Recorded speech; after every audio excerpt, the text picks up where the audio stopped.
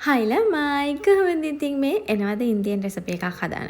මේක මාරම රහයි හොඳේ. අපි හදන්න යන්නේ අඹ බත් එකක්. මේකට ඕනේ උයාගත්ත බත්, ග්‍රේට් කරගත්ත අඹ, හොඳ ඇඹුල් අඹ ගෙඩියක් ගන්න. හොඳේ. ඒකෙන් කොටසක් අරගෙන ඔයාලා බත් හදාගන්න ප්‍රමාණයට අඹ අරගන්න ග්‍රේට් කරලා. ඊළඟට කඩල පරිප්පු ටිකක්, ඊට පස්සේ කපාගත්ත ලුණු, චොප් කරගත්ත ලුණු භාගයක්, අමු මිරිස් කරලක්, රට කජු, කරපිංචා, සුදුලුණු.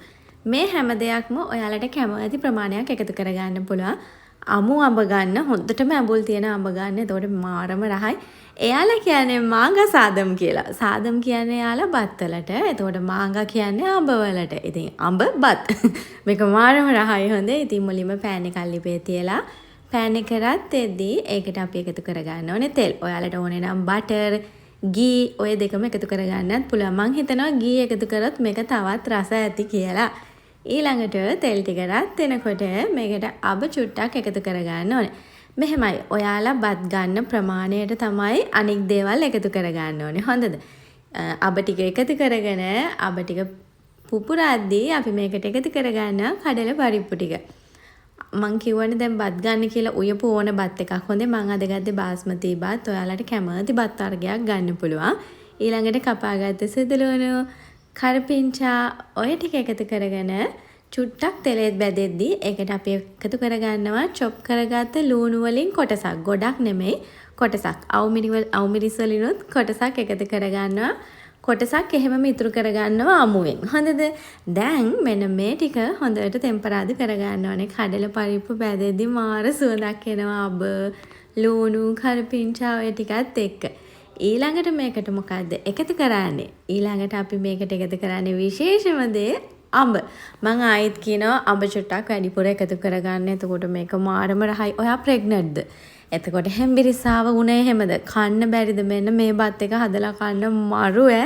මම නම් දැන් ඇඩික්ට් වෙලා ඉන්නේ මේ බත් එකට. මොකද සතියේ දවසක් හරි හදලා කනවා. මම දෙතුන් පාරක්ම හදලා කාලා බලලා තමයි ඔයාලට රෙසිපි එක අරගෙන ආවේ. දැන් අඹ ටික එකතු කරලා මේ විදියට හොඳට ටෙම්පරාදු කරගන්න ඕනේ. සුවඳක් එනවා අඹ වලින් මරු.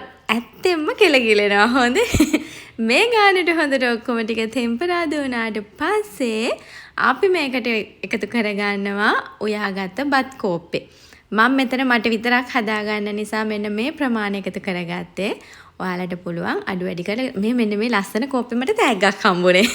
ඒ කෝප්පෙට මං හරි ආසයි. ඒකේ ලස්සන අන්නාසි ගෙඩියක් තියෙන්නේ. හරි. දැන් බත් ටික එකතු කරලා මෙන්න මේ විදිහට හොඳට බත් එක කලවම් කරගන්න ඕනේ. ගින්දර ගොඩාක් වැඩි කරන්න එපා. අපි දැන් ෆ්‍රයිඩ් රයිස් වලට එහෙම ගින්දර වැඩි කරනවානේ බත් එක බැද ගන්න වගේ.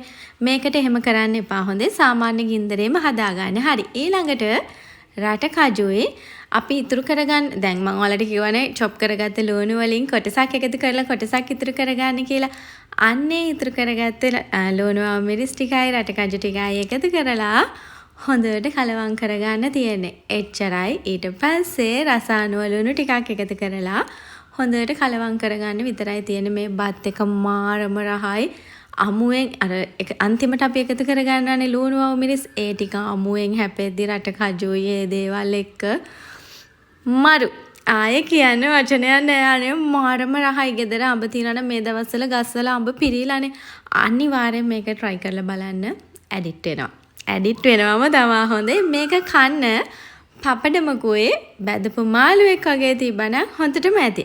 කන වීඩියෝ එක මම පස්සේ ගේනකම් මේ බත් එක හදන වීඩියෝ එක බලලා අනිවාර්යයෙන්ම පහසුවෙන් හදන්න පුළුවන් මේ අඹ බත් එක try කරලා බලන්න. මාංගා සාදම් කියන එක try කරලා බලන්න. එහෙනම් සතුටින් hina වෙලා ආදරෙන් ඉන්න.